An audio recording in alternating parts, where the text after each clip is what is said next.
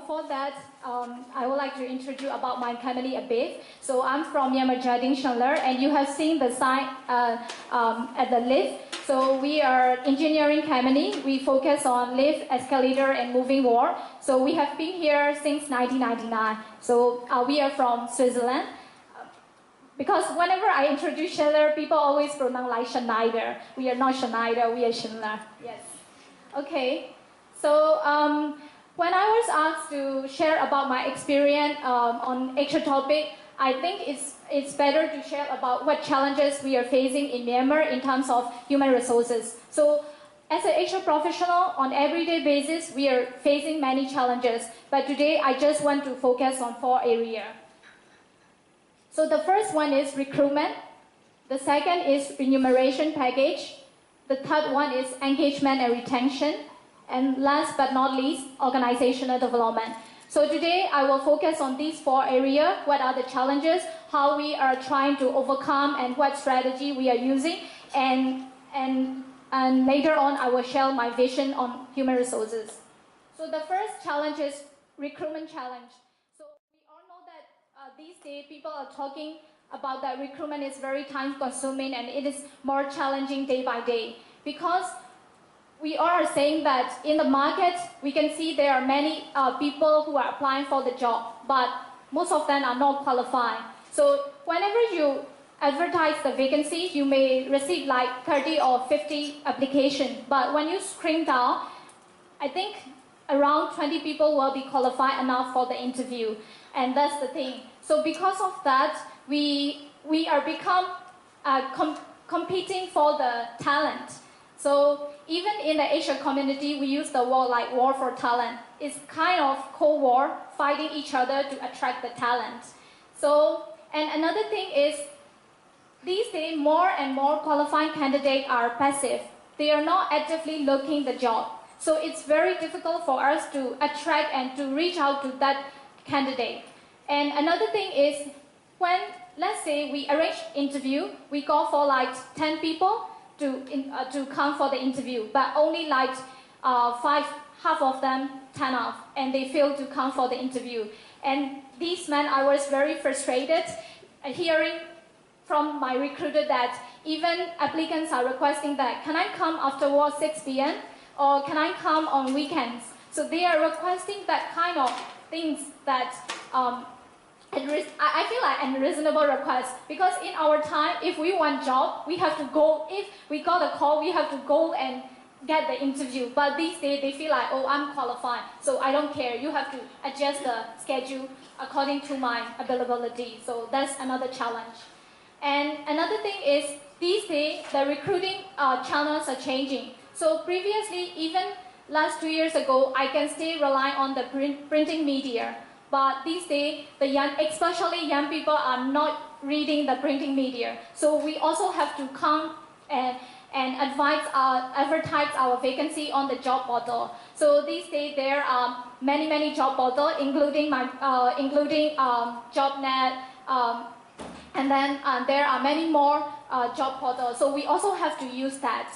And another thing is that compared to last 5 years ago, these days, I have no choice. I rarely use the agency, but these days I have no choice but to use the agency.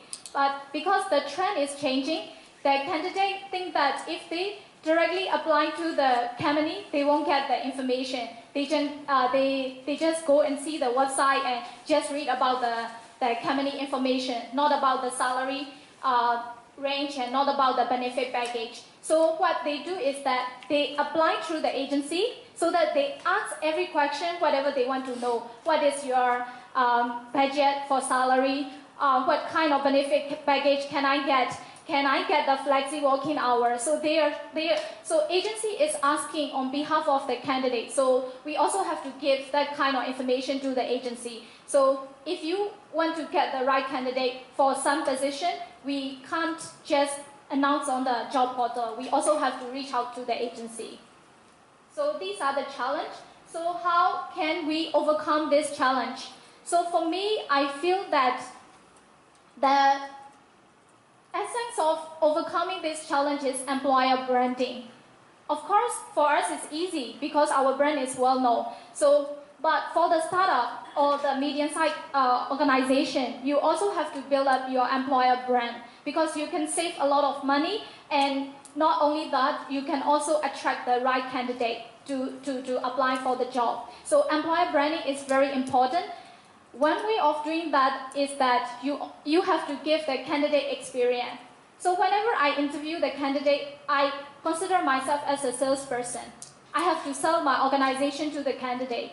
So even if I don't select the candidate, I still sell what kind of benefit I'm offering, what kind of training, what kind of development plan we are offering to our people, so that they will, even though they don't get the job, they know that this is a good organization. If there is any suitable vacancy in the future, they will apply back again. So they can even become an ambassador for our employer brand. And another thing, as I mentioned earlier, we can use the different platform for the recruitment. So based on the vacancy, you can either use job portal, and these days LinkedIn is very popular among the Myanmar people. So we can also use the LinkedIn, and also Facebook. My experience on announcing the vacancy on Facebook is that last year, every year we have an apprenticeship program. So we have to recruit like 20 over people for this role. So from my timeline is just 2 months, and it happened to be like March and April. So in April, I don't have much time. So what I do is that I contacted one genre, and then I asked them to do the design. After that, I post it on there because we can't use our official social media. So I use their Facebook to announce our vacancy. So it can easily attract the people because our post is the apprentices, the entry level. So it can reach out to people on the Facebook easily. Within a month, we receive over 120 applications for this program. So it's very successful. And another thing is, these days you can see there are many career fairs coming up. So you can also involve in the career fair, not only to attract the candidate, but also you can also do your employer branding. And for the entry level, like apprentices or junior level, you can also do the campus recruitment, going to the campus and do the career talk, career fair, and you get the applicants. And the most important thing is, of course, we also have to work on our remuneration package to attract the people to be interested enough to apply for the job. And for the detailed part, I will cover in my presentation later. And another thing is, whenever we feel that the candidate is qualified enough, not only for this role, but also for the future role, we do the proactive recruitment. So if our budget allows, we recruited that person for the future use. So it's also important, if you find the qualifying candidate, you also have to create a position for that person for the future. So the second challenge is remuneration challenge. As you all know, in the market, the salary fluctuation is happening crazily. We can't predict how much percentage will increase next year.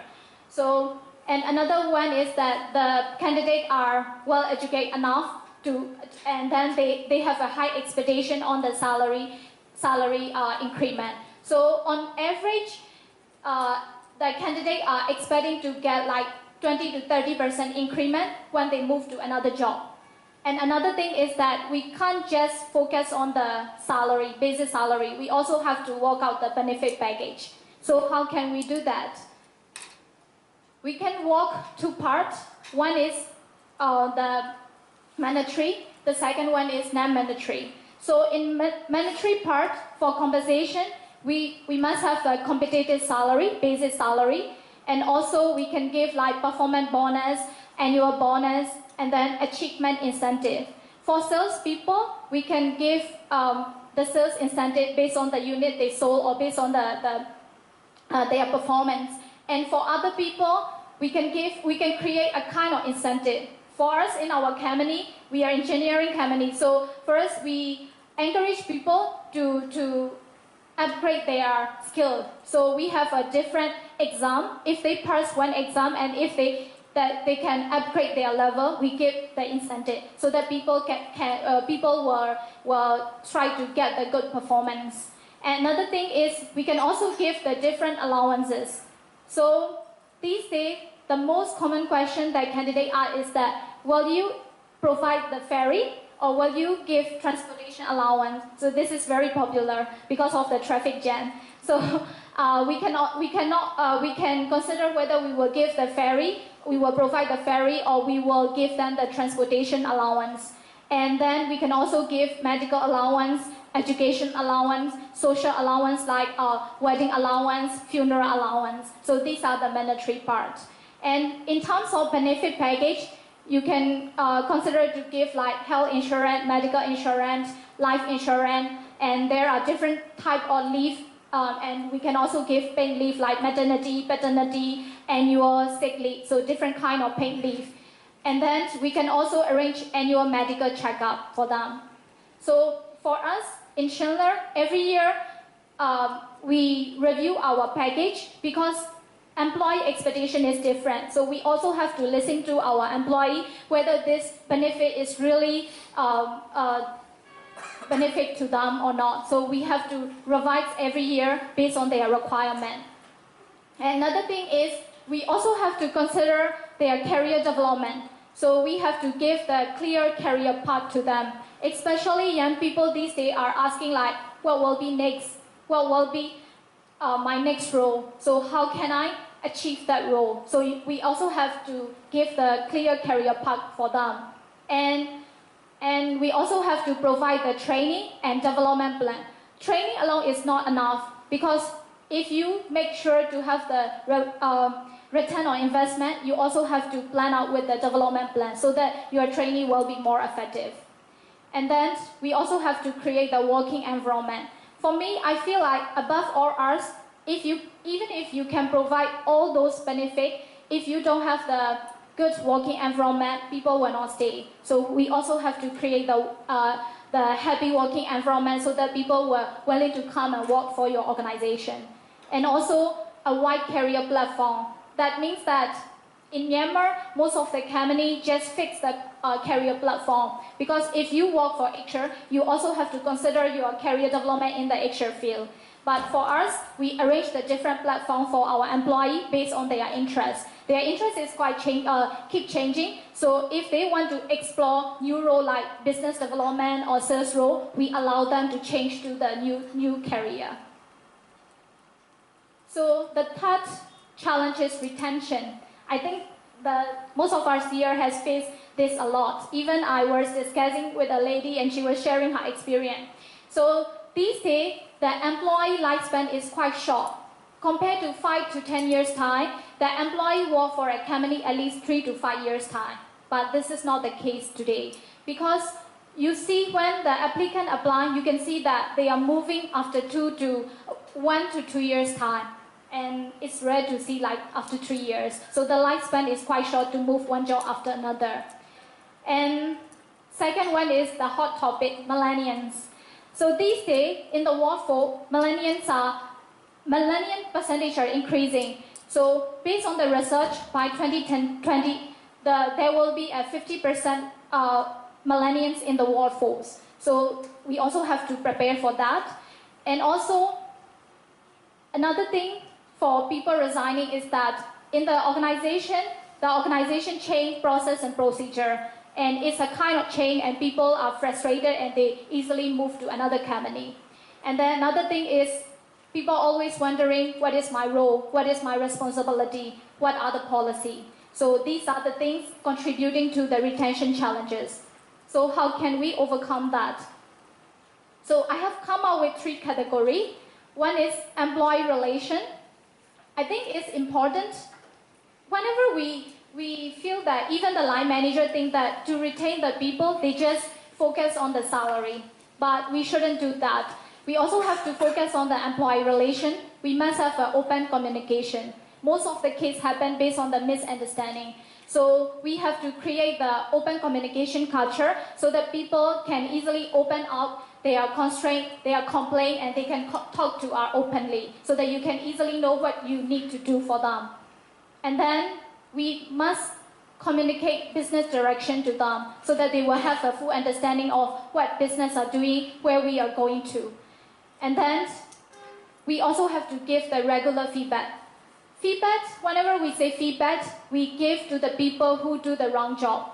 But we also have to give it to the people who do the good job. So we need to provide the regular feedback, and we have to use the different communication channels. Email is not only the communication channel. We have to use email, memo, and also we also have to use personal communication. The leader, related to the visible leadership, leader itself have to go and talk to the people and listen to their problems, their constraints, their concern, so that you can easily know what leaders should support to your people. And then, in terms of reward, of course, salary and remuneration package are important, but also we also have to give recognition. Recognition doesn't mean you have to create the big thing.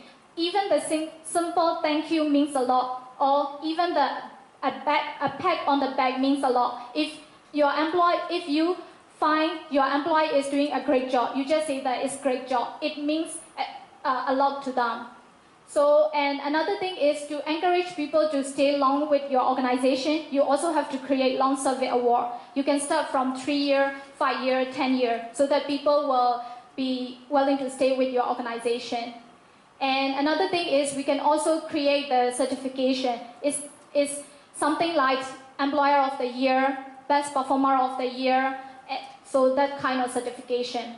And then we also have to reward the exceptional performance. Something like when an employee come and share his the idea, how can we improve this process? So that kind of thing. And then we also have to arrange the flexible working hours. So it means these days the traffic jam is happening. So we shouldn't very fixed on the time. So let's say that the office start at 8:30, so we can give like 5 to 10 minutes for the lateness. And then another thing is some people are studying in the morning. So for us, we give like flexi hour. If they come late, like 9, they can go back at 6, something like that. And then another thing is employee development. We have to create we have to give them the training. And another thing is, whenever I ask why you want to resign from your previous job, the candidate answered me that because my job is not challenging enough. I want the challenging job. So you have to make sure that you are challenging your employee to do the job on daily basis. But here you have to be careful on that, because challenging too much, stretching out too much also can make them burn out. So we have to make sure what kind of challenge we will provide to our employee. And then we have to provide the career progression for them. And also, we also have to nurture our future leader. So we have to do leadership development. Of course, we also have to promote them internally. And above all, for me, the basic ground rule is that we have to create the company culture, the good company culture. It means our culture should be like we are encouraging teamwork, family culture, respecting each other, supporting each other. So these are the things we can work on in terms of retention policy. And last but not least, the organizational development challenge. Every organization these days is growing, and it's growing too fast. So along with the growth, we are facing like the skill gap. So people are not ready yet to keep up with the change. So it's one thing. Another thing is the leadership development. So we have short of leaders for the future, and also succession planning. So for that, what we do is that no one likes change, but change is the only constant thing. So whenever we do change, we have to communicate properly to our people. So we also have to tell them that what are our strategic direction.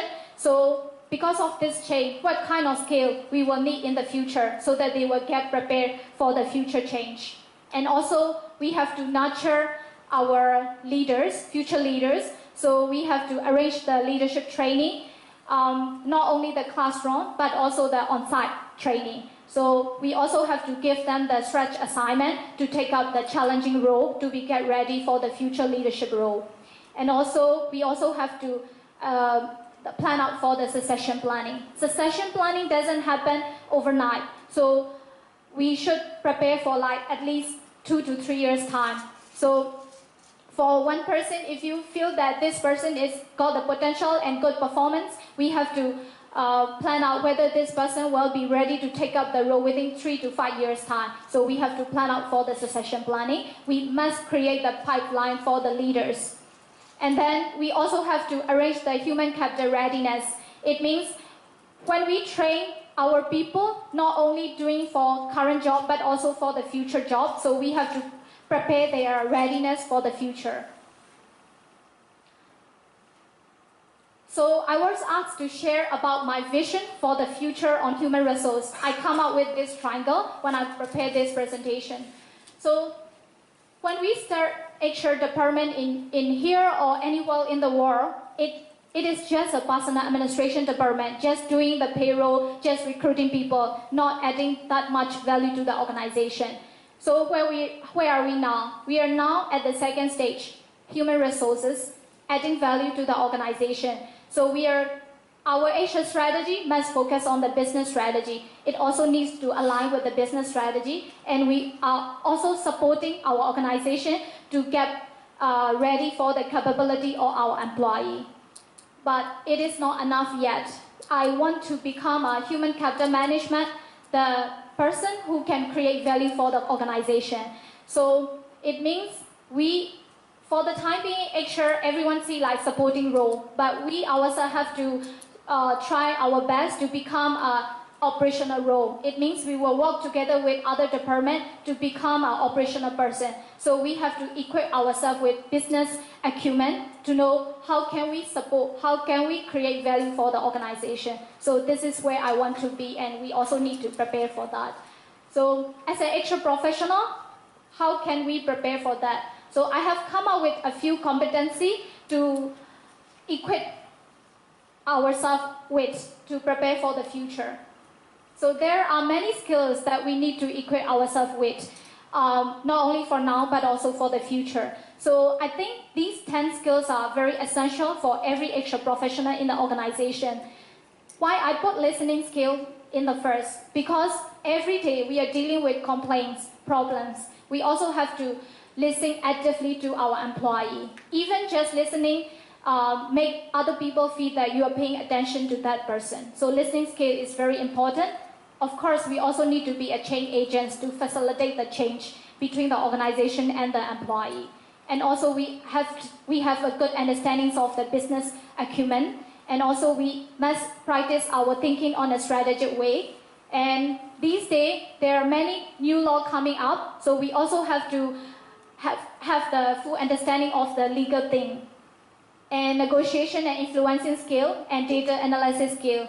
We, human resource people, have to deal with the technology these days a lot. Even the recruitment are on the platform. So we cannot stay away with the technology. And also we have to equip ourselves to have a good data analysis skill. And also emotional intelligence, problem solving, and customer-oriented mindset. So these are the skills that will make you prepare for the future. And I think above all else, the most important skill is people skill. We need to be a people person so that everyone will be willing to come and discuss with you their problems. So that's all about my sharing and how you will get something from it. Thank you.